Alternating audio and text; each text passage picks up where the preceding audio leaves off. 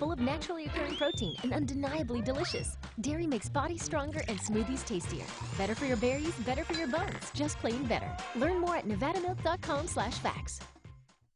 Mom's Diner, the heart of Pahrump, is open from 6 a.m. to 8 p.m. daily, serving breakfast, lunch, and dinner. Something fun is always happening here, from the arrival of classic antique cars to watching the diner enjoy a Momstrosity burger. The food is so good, you'll think they stole your mama. Mom's Diner is open daily from 6 a.m. to 8 p.m., 1242 East State Street, number 100. Dine in or take out. Call 775-751-9929.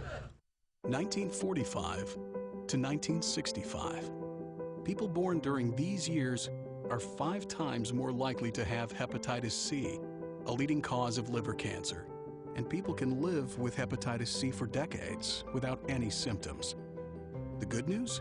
Now, treatments are available that can cure hepatitis C. So if you were born from 1945 to 1965, talk to your doctor about getting a blood test for hepatitis C. It's the only way to know. We hear the stories of people whose lives have been left hanging by a thread,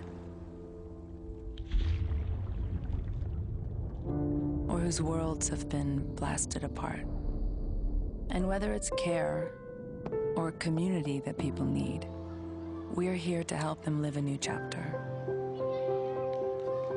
Be a lifeline to the most vulnerable. Packed with 9 essential nutrients like calcium and vitamin D, full of naturally occurring protein and undeniably delicious. Dairy makes body stronger and smoothies tastier. Better for your berries, better for your bones. Just plain better. Learn more at nevadamilk.com/facts.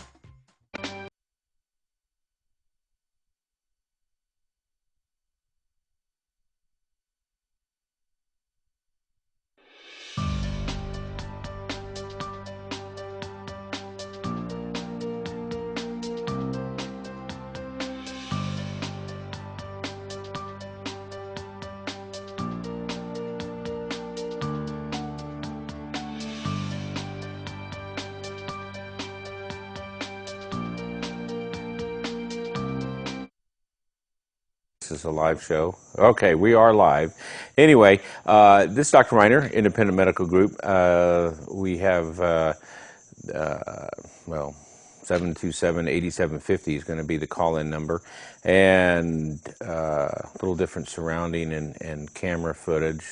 But we basically, we have new producers, and so they're learning the ropes. They're doing a good job. But you'll see a different take on this than this. We're going to get it down to where it was before. Anyway, that's my number for the office, 6111. We want the 727-8750 for the call-in line. Last week we were talking a little bit about PRP. I don't know if you remember me talking about it, but PRP is plasma-rich platelet and platelet-rich plasma, depending on what you do. But anyway, platelets, as you know, and if you don't know, they're the smallest of the white blood cells in our tissues and in our bloodstream. They are the cells that are responsible for clotting, and when they clot, they release certain growth factors, and those growth factors are what is harvested in plasma-rich platelet. And so there's a special process of spinning those down, getting them into a tube, and harvesting this thin layer of plasma, which we can use and put in certain areas in the body to stimulate growth factors. We use it for hair restoration. We put it in males that are having thinning hair and are concerned about that. We put it in the traction lines of the scalp and in the crown. It takes about 3 treatments to start to see some response. And there's also some nutraceuticals that are that we use with that to help hair follicle growth. Now, it won't work in areas where there is no hair at all. So we won't see that at any time that we use it. But if there is hair follicles, it will, and some of them are dormant, they will regrow. I think we have Sylvia on the phone. Ooh. Sylvia. Yeah. Okay, I can hear you. What's up? Well, We're getting some feedback, so hang on a second. My speakers may be too loud. Okay, can you try again? Yeah, we're getting a lot of feedback in here. Maybe what we can do is come in and turn the mic, the sound, the speakers down a little bit so we can cut out some of the background. Is that possible?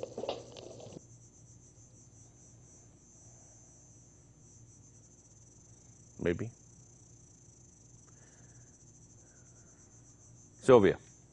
No, we got the speakerphone. Okay. At any rate, no, now we got echo again.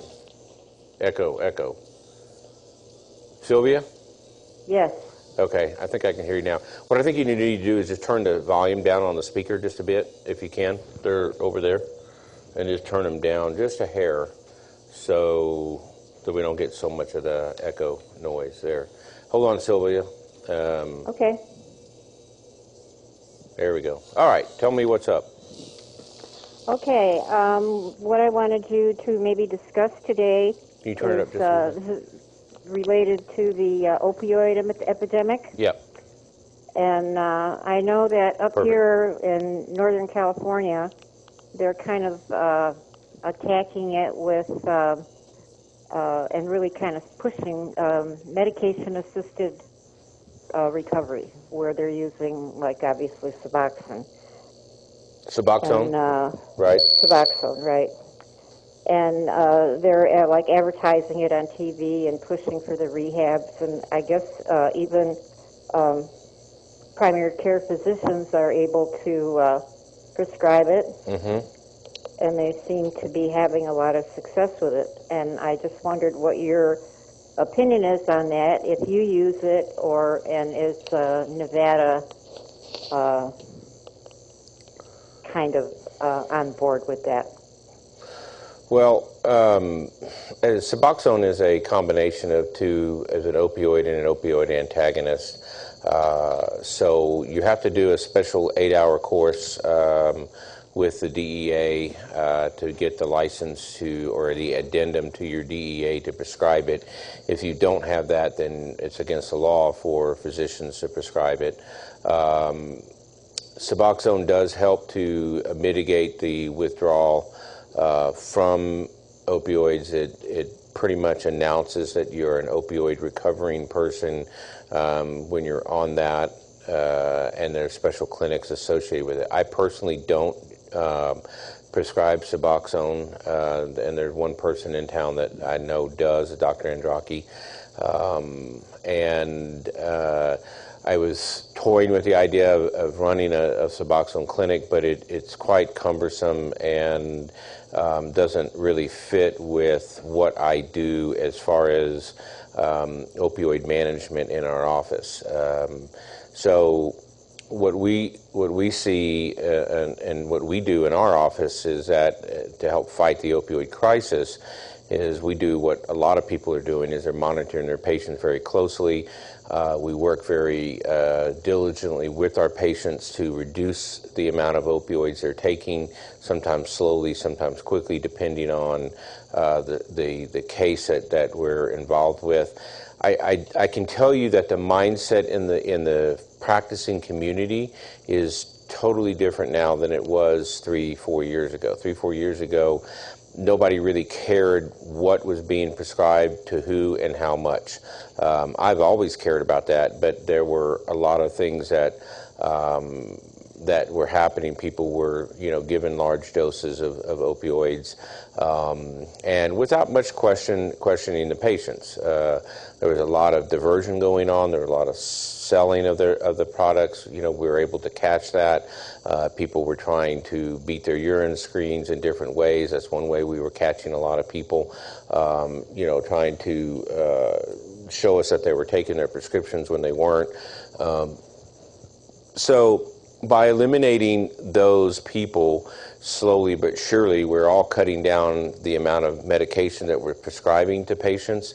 There are some patients that just don't like the hassle of what the community, they're just, I mean, what they're doing is they're going to the pharmacy, they're being made to feel like, you know, they're drug addicts when they're not. So a lot of people are just withdrawing themselves off the medication. And so I see the numbers dramatically reducing. I would say that what I've heard are 26%, maybe even a little more now, reduction in the opioids being prescribed across the country. It really needs to be a much more than that, but you know, it starts with a trickle and ends with the flow, and that's kind of where we're at with that. Right, and I'm a registered nurse, and I did home health in Pahrump for like 14 years, so I did see a lot of it. But I have noticed, probably within the last year, that they're really seem to be pushing this medication-assisted rehab recovery. Well, and I think they're finding a lot of success with it. Yeah, no, and it is a good product, and it is successful. What we would do with patients is that if they came to me and they were, you know, they wanted to get on Suboxone, I would refer them to the person who's been doing it a while.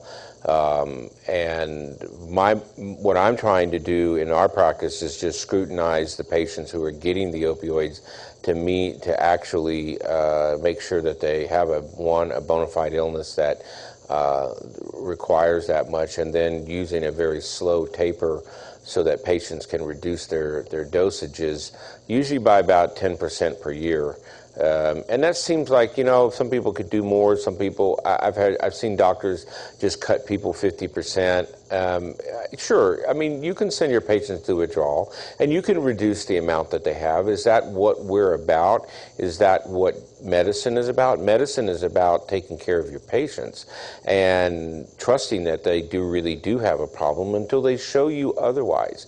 And they can show us that by, number one, mixing other things in their urine, like alcohol, and other products that they're not being prescribed. And when we encounter that, I counsel the patient, I talk to them, I have them come in monthly to do a toxicology, and I give them very little leeway. Once you show me that you are outside the bounds, then, you know, we try and correct it in one way. We do recommend drug therapy. We do recommend counseling if they need it. Most patients don't want to admit that they have a particular problem. And so, you know, the thing that upsets me the most is alcohol. Alcohol in the urine is to me the number one problem. I can't control your drinking. There's a big push to try and eliminate benzodiazepines and other products from that. But what do you do when a patient's been on these products for 15 years and they've been on it at a steady dose? I mean, I don't fit that person into a square hole, you know, with a square peg, because they may fit, but that doesn't mean that they're having a problem. And we talk about it, and we eliminate you know, there are people that, I see people that take 2 types of muscle relaxants, or they take tramadol with an opioid. I think I can't explain that, and I tell them, listen, you're going to have to choose one or the other. This is not acceptable. So there's a lot of areas that we can make reductions and help people reduce their dependency on opioids. Yeah, and I do actually think it's moving forward. Yeah. And I have one other question, or for your opinion. We went to an event at the fairgrounds in Chico, like last weekend, and one of the displays there was a booth with Narcan, which they were giving away. You went to like a 10-minute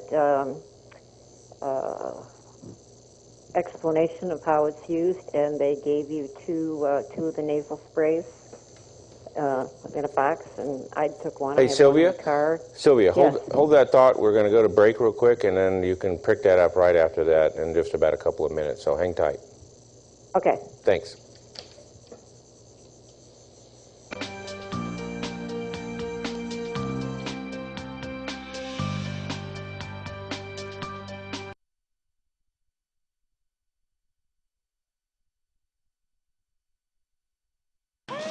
Pack Packed with 9 essential nutrients like calcium and vitamin D, full of naturally occurring protein, and undeniably delicious. Dairy makes bodies stronger and smoothies tastier. Better for your berries, better for your bones. Just plain better. Learn more at nevadamilk.com/facts.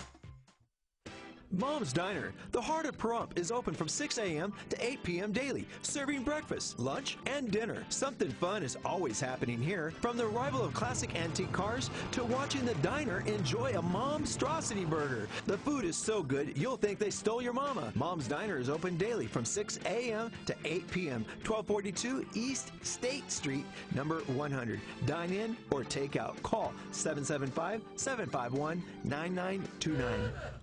1945 to 1965. People born during these years are 5 times more likely to have hepatitis C, a leading cause of liver cancer. And people can live with hepatitis C for decades without any symptoms.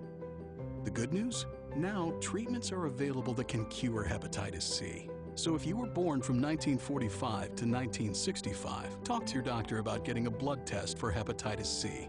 It's the only way to know. We hear the stories of people whose lives have been left hanging by a thread, or whose worlds have been blasted apart. And whether it's care or a community that people need, we're here to help them live a new chapter. Be a lifeline to the most vulnerable. Packed with 9 essential nutrients like calcium and vitamin D, full of naturally occurring protein, and undeniably delicious. Dairy makes bodies stronger and smoothies tastier. Better for your berries, better for your bones. Just plain better. Learn more at nevadamilk.com/facts.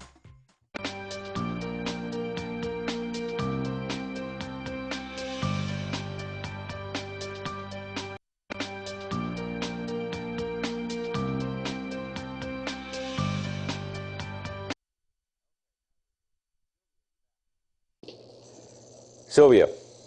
Yes. Okay, so where were you?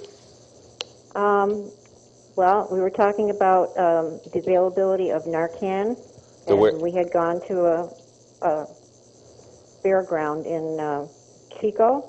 Uh-huh. And one of the displays was a Narcan table, kind of, where you could go to get like a 10-minute orientation, and then they gave you 2 containers with the nasal spray, which I got some. I have one in the car, one in my purse. Mm-hmm. You know, in case I run into somebody on the bathroom floor at McDonald's or something. And what is your opinion about this being available to the general public? Narcan? Yes. You know, listen, I think it's going to save a lot more lives than it's going to hurt. It's unfortunate if you get that rare case where you give Narcan to someone who gets, flash pulmonary edema as a result of using it in place of opioids. But I do believe most people don't know what to do in that situation. So I know they were trying to give it to patients at the pharmacies. It's one of those things that if they did overdose, it probably will catch it. I just worry in my own mind about how much knowledge people really have with using that, just in case they see that flash pulmonary edema. It doesn't happen very often, but it could. And so whether that person was going to expire anyway as a result of their overdose and you brought them out, I guess it would be a moot point, but it would be, at that point, you would have, as you administer that to a patient, you would have a hand, unfortunately, in their demise. So that's the only thing I can say negative about that product, which is it could cause that problem, but in general, it will save more lives than it will hurt. So I think it's a good thing. And I think that the users are covered by the Good Samaritan law, too. No, I absolutely it would be. But consider yourself the person that you find somebody and you have the Narcan and you give it to them, and they come out of it, but then they feel good, but then you think everything's okay, and then next thing you know, they can't breathe, and you don't know what happened, but in that case, they're going into flash pulmonary edema and they die right before your eyes. And it's that quick? I mean, usually if I would use Narcan, I would simultaneously call 911. Yeah, but you're dealing with someone who's a drug addict who finds that. So they would have to expose, meaning you go through it and so that wakes them up, and then the next thing you know, they got this pulmonary edema problem, and so it comes up as a after effect. It doesn't happen right away. It happens within a reasonable amount of time after the next dose, but this person basically fills their lungs up, they can't breathe, and then they die. But they don't want to go to the hospital because they would expose themselves as an opioid addict, and they don't want to expose that. So that person there is going to give in to that request and not go to the hospital and not call 911, unless it's someone they don't know, and then that would be a different story. So what I'm trying to say is don't let that stand in your way, but it is one of the negative side effects. So I think what I heard is that the pharmacists are telling them, but they're not telling them about that issue. They're not telling them, look, once you give Narcan, you don't know what kind of opiate they took. You don't know if you're going to have more effects on it. You don't know if it's going to wear off. You don't know if you're going to get flash pulmonary edema. You don't know all of those things. So you're expecting them to administer it like a paramedic would that doesn't know that information. So I should think there should be a lot more education with it on what to look for and what to do. And don't let the person who you just gave it to talk you out of calling 911. Under those circumstances, I think it would be a good thing. Okay. Well, I'll turn it over to the flagman. What do you think? I think it's also a good idea because percentage-wise, I think in the lives you're able to save would be advantageous. I mean, if I were to use it, I would use it and almost simultaneously call 911. Right. And I would do whatever I could to make. I don't think the average person would just get up and walk away. Yeah, but you're dealing with drug addicts, right? So it's a different breed, right? I mean, they're a different breed of people, and that's right. There's a lot of denial about the seriousness of what they're doing. So yes, they had a near-death experience and they came back with Narcan if they were lucky enough. But you know, here's the issue, and here's the sad, honest truth. These people really are desperate people doing desperate things, and so you may save them this one time. You would hope that they would scare the bejesus out of them, and they would have that actually come to Jesus meeting and go to get into recovery and do something to save themselves. But you and I both know that unless there is some really, really good reason for them to want to quit, most people don't. And so as a opioid addict, there's only three possibilities. They go insane, they go to jail, or they die. And that's true for even alcoholics and people that have addiction. So while I think it would be, I think the government, instead of handing out those things, I think, there needs to be a concerted effort between the doctors and the pharmacists. Now the pharmacies are not working with the doctors, they're working against the doctors. They're playing doctor. They're calling up and saying, our corporate office, I get calls from CVS all the time, our corporate office wants to make sure that you know that this is over the recommended dose. Well, did I sign that prescription, or did someone who doesn't know what they're doing sign the prescription? Of course I signed that prescription. So of course I know this patient and I know what I'm doing for him. Is there risk with everything we do? Absolutely.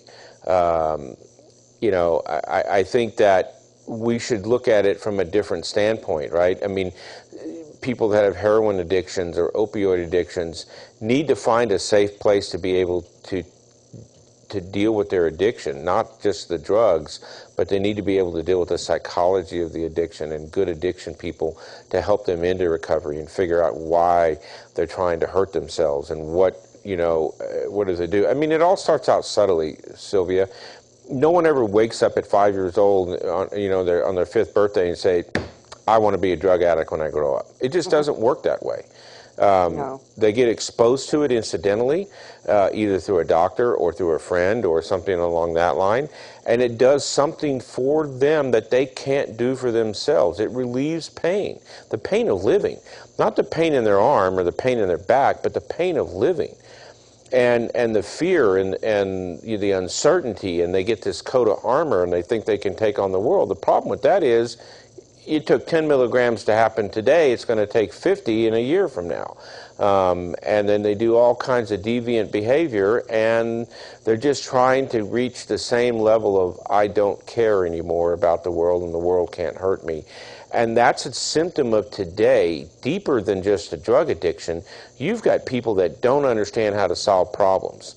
They do not know how to cope, okay? And they're looking for anything that helps them cope with the uncertainty of life. Parents aren't parenting, grandparents are parenting, okay, I see that a lot, okay, and parents are off doing their own thing, and the world is becoming so crazy that children are basically stuck in childhood behavior, and they're growing up to be adults. Right, I agree. Part of what I think or I hope is that when you combine things like the rehab, and I think a lot of addicts, one of their biggest fears is the sickness going through withdrawal. And I would think, not being an addict, I don't know, but I would think that the thought of, say, going into therapy and knowing that you would have access to medication-assisted recovery where Yep. you wouldn't be deathly sick would kind of be an avenue for them. Right, and so, I mean, listen, that's why I think we see all the violence today from the younger people. That's why I think we see all of the other thing. While I'm, not necessarily totally 100% in favor of recreational marijuana, I do think it needs to be decriminalized. I think that that's, an issue. There's just a lot of things that the society is trying to figure out today. One of those starts with the family, and I think, unfortunately, the family unit is been dissolved, and I think that there's a very lack of structure and function in most families today. And I don't know. I mean, hopefully we can figure it out as a society. If we can't, then it will ultimately bring us down. Yeah, well, I totally agree with you because you see a lot of it with even little children with kind of parents that just aren't there or. Yeah, no, I agree, and I think that, children that grow up in a dysfunctional home are guaranteed to be dysfunctional. That's just the way it is. They don't know any different because they weren't taught anything different. And I think, it's unfortunate, but, parents, they need, children, adults need help parenting, and they need to learn how to have tough love. They need to learn the word no. And that's another thing that society hasn't done very well, is taught people that no is okay. No means not right now, but that means that no means we'll look at it later. The people need to understand that I can do for 15 minutes that would for a lifetime be impossible.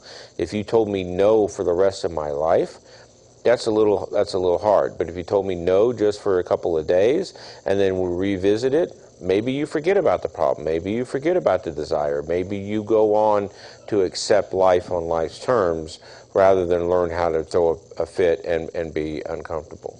Anyway, Sylvia, if you can hold on to the phone, we can talk longer, but we're going to go to another break, and I want to thank you again for calling in. Very excellent topics. Thank you so much. You're very welcome. And I will turn it over. I feel the flagman is calling you. Okay, sounds good. Okay. Thank you for calling. You're welcome. Bye-bye.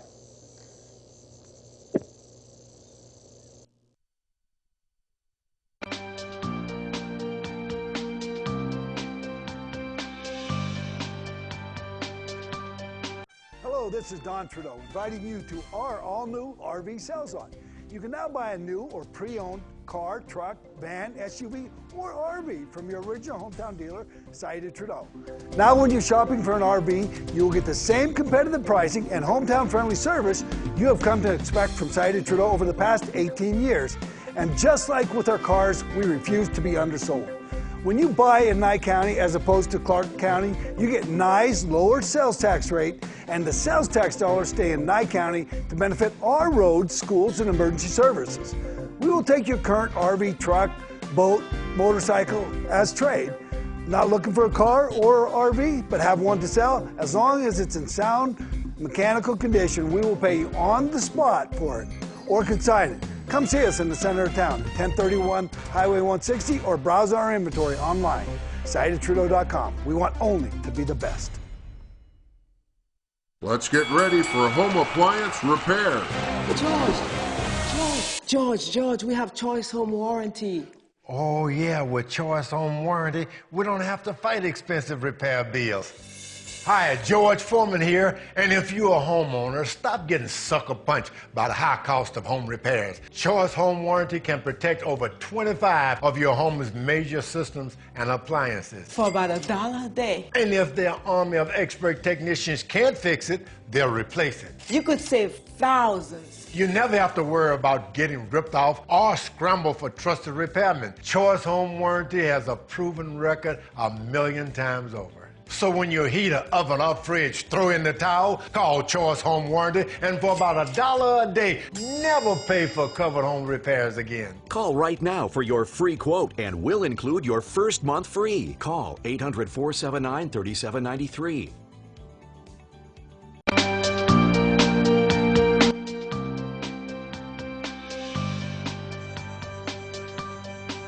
All right, well, we're back for the second half of this show, and I want to again thank Sylvia very much for calling in with those two topics. If you're a late tuner and tuned in late, first topic she was talking about was recovery in Suboxone, and then we drifted into Narcan. And I know Ray has raised those issues before. Ray, you know, even though he hasn't called in yet, hopefully he may call in, but he sits down by the court system and sees it play out on a daily basis. And I think that, you know, he sees the criminal justice side of it. He also sees the other side of it. As a physician, I see the abuse, misuse, and dealing with that. Ray, are you on the phone? Yeah, Ray the Flagman here, Doc. Great. Good to hear from you. I heard Sylvia, you know, and as far as that Suboxone, hey, I sat through suicide watches. When these people are going through withdrawal, they want to kill themselves. I mean, I spent about 3 nights at 3 different nights with people who were ready to whack themselves right in front of me. One of them set a fire in their own house trying to kill themselves. If Suboxone would help them out where they can get off of this stuff, I mean, it'd be great. And, you know, that's why I think 2 things that really screwed this country up is Nixon's war on drugs and the Rockefeller drug laws. Screwed this country up. It's just overboard now. Too many people are incarcerated for the rest of their life, you know, because of this drug epidemic or whatever. But, you know, I'm seeing it. But you did also touch on the Good Samaritan law. Could you explain that? Because most people don't know what it is. I have a general idea. Well, I mean, the Good Samaritan law basically protects the average citizen that comes up and helps somebody in distress if they're having an accident or having a heart attack. And basically what it is it excuses you from doing something to try and help that person, and then a lawsuit that results of your action if there was harm. Case in point, I'll give you an example. You come up on an automobile accident and the car is starting to burn, but the person is trapped. You don't know exactly what to do, but by pulling that person out of that vehicle, you snap their neck, or you hurt something more than what you were doing. They were going to die anyway in the fire. They may be paralyzed, but you can't be sued as a result of your actions because you help somebody in an emergency situation. And so, like at the Heimlich maneuver, if you hurt somebody trying to dislodge something from their chest and there's some side effect, or you did something as a result of that that caused them harm, you can't be held liable in a civil suit because you were doing it as a good Samaritan, a good citizen. Well, you know what got me? I've been listening to some of these radio shows on 97.7 FM, and really good talk shows. And some woman called in and said that the Good Samaritan Act or law is that you cannot touch the person. It's against the law to touch them. And if you see somebody laying on the ground, you know, that maybe you have to help them out. You can't do it because of the Good Samaritan. I texted them because I found out their text number and said you got it completely wrong. You know, but they thought like you're liable, that you got to stay away. You cannot help people. And when people start getting that in their head, nobody will ever help anybody because they're afraid, you know? Yeah, and I mean, so as an attorney, I'm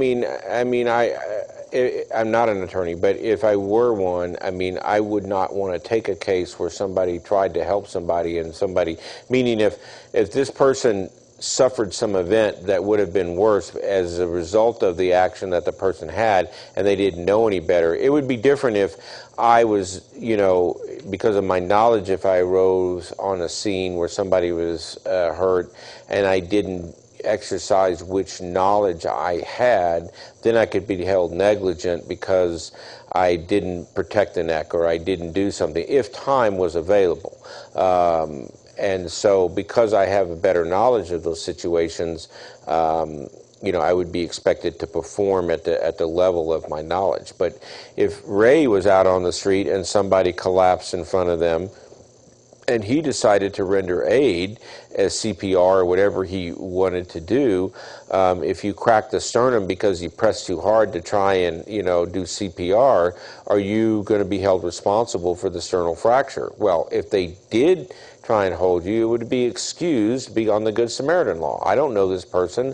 I'd saved this person's life. If it weren't for my action, he wouldn't be here trying to sue me. That is a mutually exclusive event. Right. Well, you know, I've been watching on TV, Doc, these different shows where people run to the rescue of somebody. Somebody's pinned under a car, and 2 or 3 people will grab and lift the car so they could pull them out. Heroic deeds, you know, on a daily basis, and it's wonderful that citizens are willing to go out and take a chance to help somebody else out. And I get tears in my eyes when I watch that stuff on TV. And it's happening more and more, or maybe they're showing it to us more and more because we weren't aware of it, you know? Well, I mean, look at the guy in the Walmart shooting, you know, the man who runs in there to help people. That's not really Good Samaritan. That's really hero and bravery, but it's on the same level, right? I mean, you have a choice. If somebody collapses in front of you, are you just going to walk by and look at them on the ground and say, have a nice day?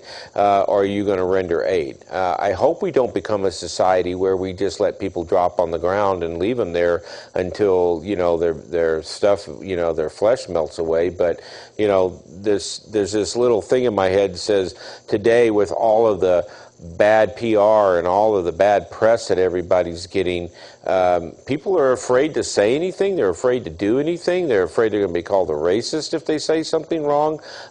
You know, it's gotten out of hand. So I can see why some people would be hesitant to help other people.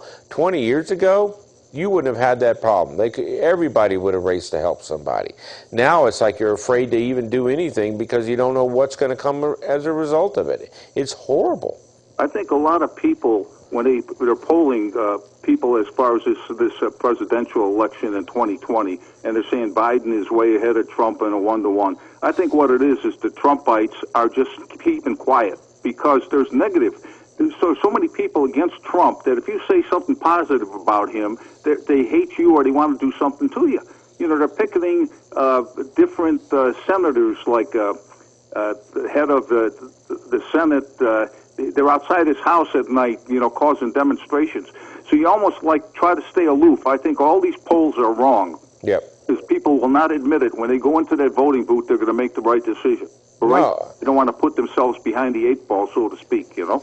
No, I mean, I don't think it's, I think you're right. I think the silent majority will speak loudly, you know, one way or the other. And I think that the Democrats, for all of their antics, are not really tossing somebody up there that is really going to be better than Trump.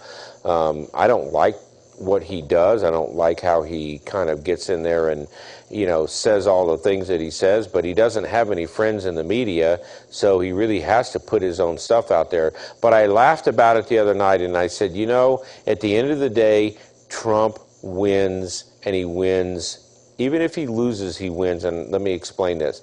Trump has always been a person who has been brash, out there, and think about what has happened to his name and his family identity. It is now a branded item that nobody can get rid of. So even if the worst case scenario we lose, if he loses, the conservative voice out there, the people out there that believe in righteousness and freedom and in the libertarian sense and what we're trying to do, the other people that see Trump as a misogynist or a racist and all these other things, you know, they really aren't giving the man, you can have that kind of thing in the past, but let's look at what he's done for this country in the future and what he's doing for this country. He will win because his name will win. Does that make sense? Is that kind of what I'm saying? It does. I understand completely, and I don't understand why the normal media is so against him. I mean, they'll put nothing negative out about what happened, how they try to set him up, the FBI and everything. If you watch Fox News, you get the lowdown. You know, and it's amazing to me that most people don't know the true situation. I do because I keep track of it, you know. I want to ask you one more question. I'll get somebody else a chance. What do you think of this Epstein deal? Do you think he really hung himself, or do you think somebody whacked him because he had too many people, you know, that he could have dropped a dime on? You know, he hung himself in a jail cell in New York. You know about that, right? You know, I'm going to tell you, when we had a suicide watch in Nye County, these people had a toga party. I mean, they had nothing in their cell.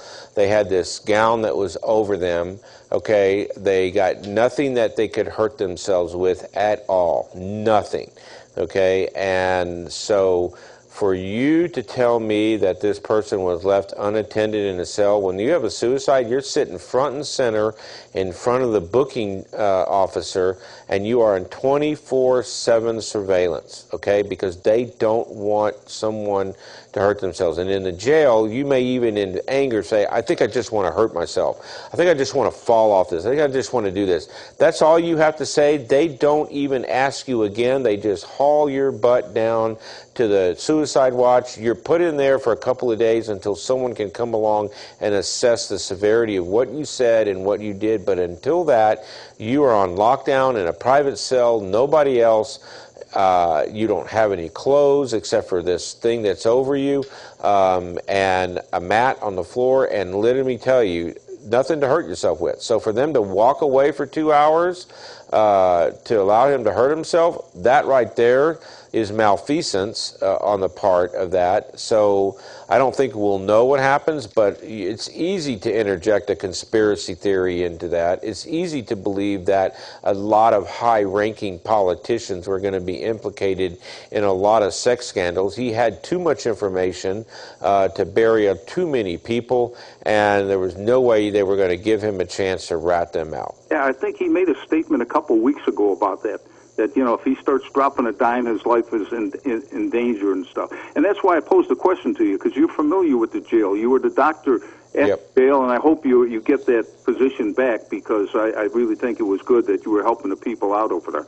So I'm going to open this line up, and maybe in this last segment somebody else will call in, but I accept Jesus Christ as my Lord and Savior. Keep the faith and power to the people. Ray the Flagman, over and out. Have a good night, Doc. Yeah, thank you, Ray, for calling. And we are going to break, and we'll be right back in a few minutes. So thank you very much for tuning in.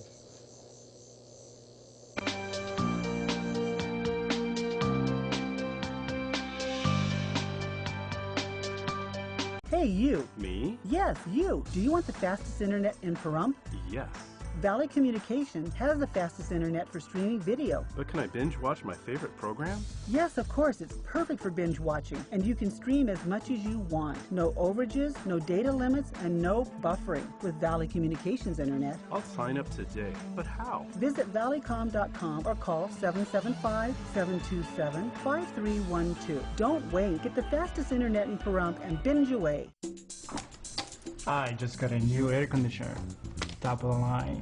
I bet mine's better. It's so efficient and quiet, I hardly know it's running. I've got you both trumped. I've got a Linux. So do I. John Air carries Linux products to meet any budget. Don't gamble with your energy dollars. Call John Air. Linux. Innovation never felt so good. Hi, I'm attorney Jonathan Nelson of J.K. Nelson Law. If you've been injured in an accident, don't bother with the construction and the traffic heading to Vegas. Stay local. Stay with J.K. Nelson Law. We're conveniently located at the corner of Basin and 160, and you'll have the opportunity to meet with myself and my staff to provide answers to your questions and real solutions to your injuries and problems. So if you find yourself in need of a lawyer, please give us a call today for a free consultation. We can be reached at 775-727-9900. Again, 727-9900.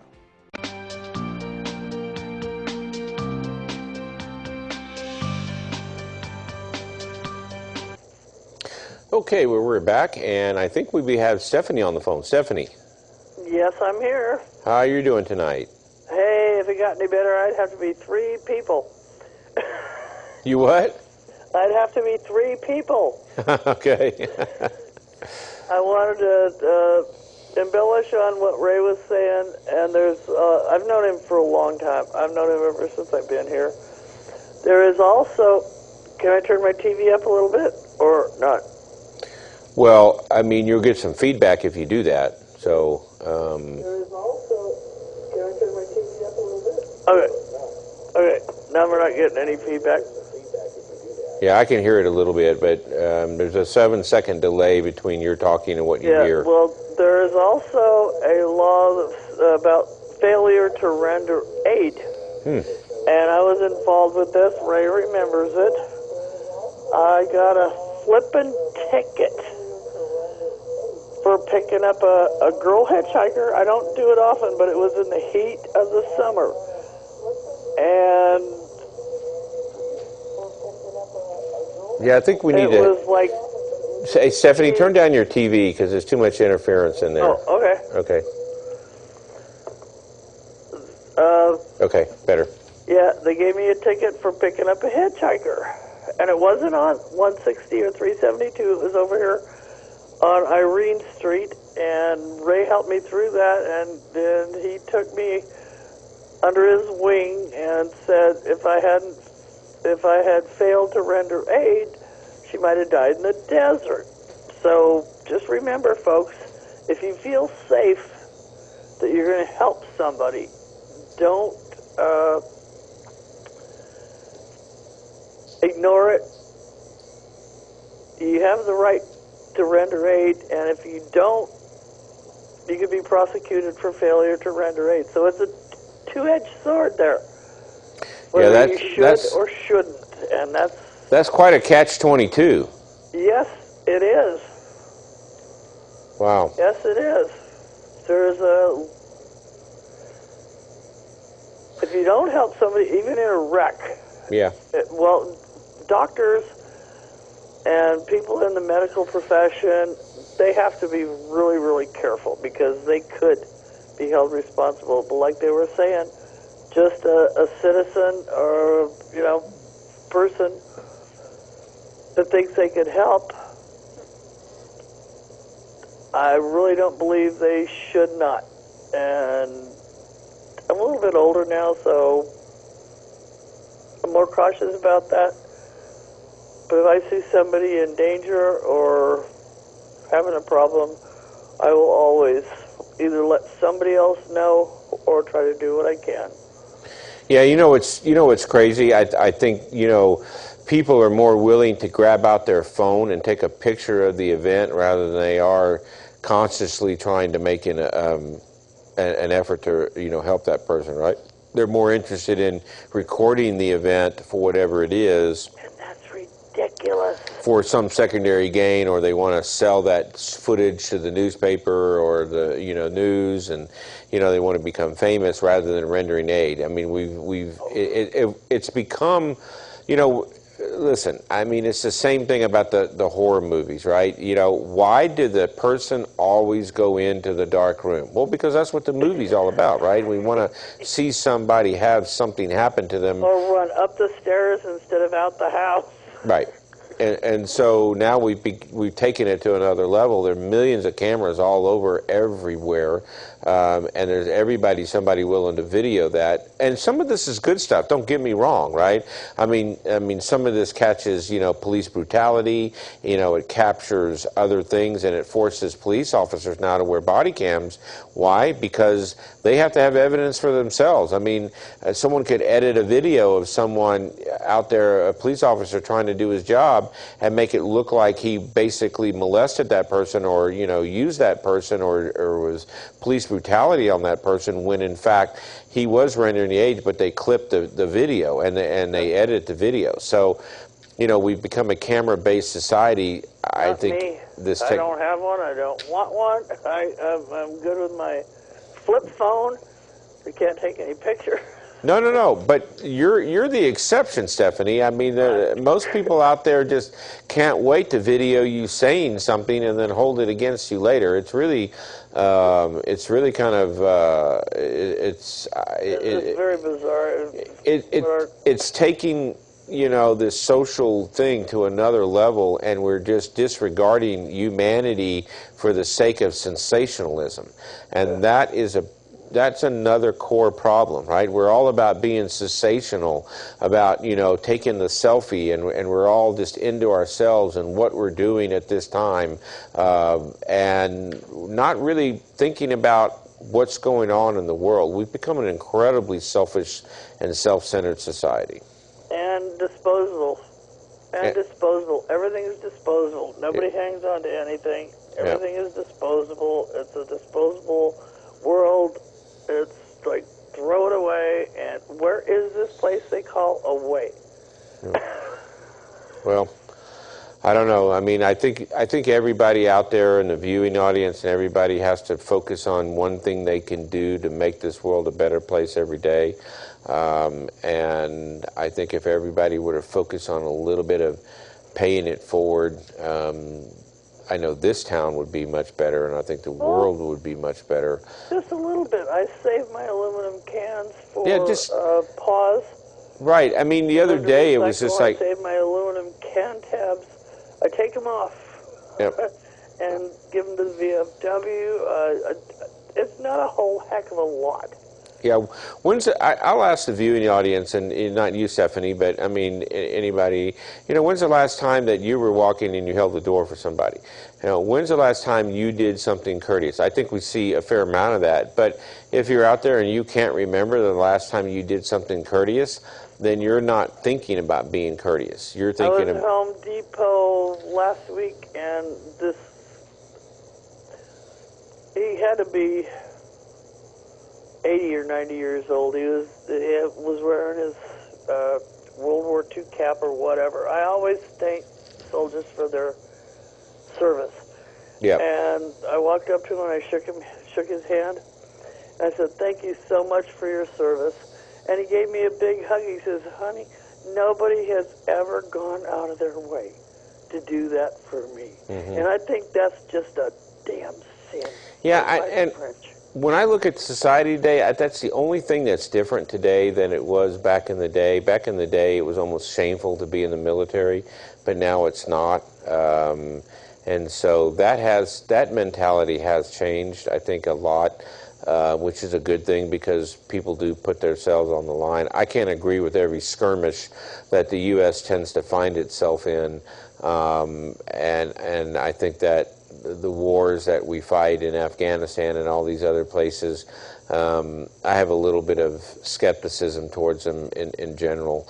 Yeah, but the people that went there, I think it's a lot of the opium and heroin and a lot of the drugs in Afghanistan. Russia was there for a while. Why did we go back in there? I mean, listen, I mean, to say that these people are so sophisticated that they're going to come out of that country, that war-torn country, and take down buildings and do things of that nature, I'm not so sure that I buy all of that, but I think it makes a good case. If you want to be the ultimate conspiracy theory, I mean, there's a lot of theories out there, but if you want to really talk about that, let's talk about the fact that you know, why are we going into really what I call a third world country and risking our servicemen? I mean, I hear the stories about all the drugs that come back in body bags and all the other things. Now, is that true? I don't know. I'm not there, but all I'm trying to say is we don't know all the truth. Well, I just hope all these idiots that think they're going to go raid Area 51 give it up. Don't even think about it. There's a big desert out there. The worst they could do is never be found again, and the least they can expect is maybe a couple weeks in the nice summertime in the Hooskow with the feds. Alrighty, Doc. I'll talk to you later. I'll see you next week. Okay. Thank you for coming and tuning in. I appreciate it. They always do. Bye-bye. Good night. Bye-bye. Well, anyway, listen, I mean, I hate to dwell into too much of all these conspiracy theories. You can go on the internet and you can go down any rabbit hole you want and believe whatever is out there. I think at the end of the day, it doesn't really matter. But it does matter how you interact in your small social circle with your family and your friends. And I think everybody has a small circle of family and friends that they deal with, and those are the people that if everybody cared about those people, that's enough. Because if you think about it, I've got this family of circle of friends. Well, that overlaps with this family of friends, meaning there's a couple of people here who are in common with a couple of groups. So if everybody is trying to take care of their small circle of family and friends, and they do overlap, there's going to be a lot of overlap, and people are going to be feeling needed and wanted and cared for. And that's what a lot, and I believe that's what it does not exist today, that we don't show a lot of caring towards other people. And I say that because, yes, it does happen, but I look at bigger communities. Pahrump is a little bit different community while it's small, and you know, everybody kind of knows what's going on in the community. I also think that if everybody were to take their small family of circle and friends and treat them like they wanted to be treated themselves, we would see a lot less issues today. And that's where it starts, right? You can't cure starvation in Africa. You can't cure Ebola there. You can't cure all this other stuff, but you can take care of what's right around you. Well, anyway, that will conclude tonight's show. I thank all the callers, Sylvia, Ray, and Stephanie. I really appreciate it. And I missed not hearing from Chuck. I hope you're doing okay. I know you have some family issues, but if you're out there, I hope you're having a good day. And Louie and all the other people who have called in the past. With that, I'll say good night, and we'll see you next week.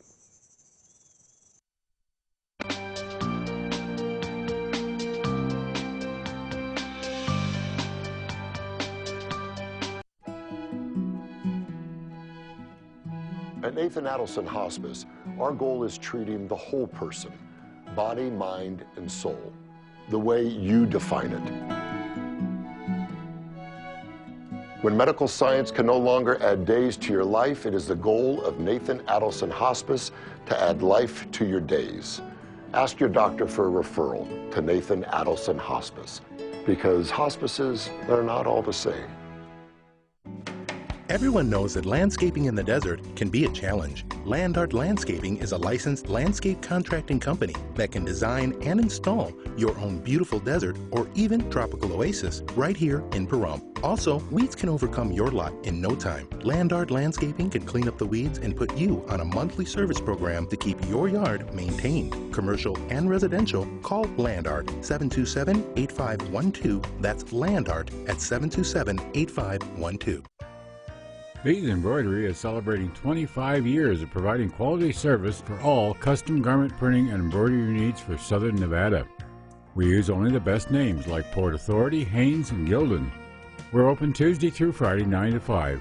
For a honey of a job, call us for an appointment at 775-727-9444 or find us on the web at beesembroidery.net or email us at bsembroidery@yahoo.com.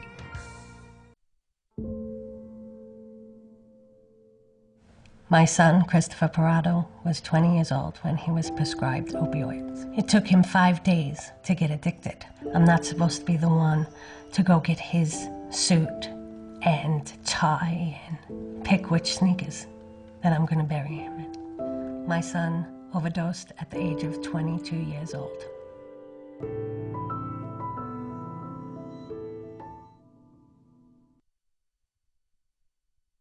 Hello, this is Don Trudeau, inviting you to our all-new RV sales lot. You can now buy a new or pre-owned car, truck, van, SUV, or RV from your original hometown dealer, Cited Trudeau. Now when you're shopping for an RV, you will get the same competitive pricing and hometown-friendly service you have come to expect from Cited Trudeau over the past 18 years. And just like with our cars, we refuse to be undersold. When you buy in Nye County as opposed to Clark County, you get Nye's lower sales tax rate, and the sales tax dollars stay in Nye County to benefit our roads, schools, and emergency services. We will take your current RV, truck, boat, motorcycle as trade. Not looking for a car or RV, but have one to sell? As long as it's in sound mechanical condition, we will pay you on the spot for it or consign it. Come see us in the center of town at 1031 Highway 160 or browse our inventory online, CitedTrudeau.com. We want only to be the best.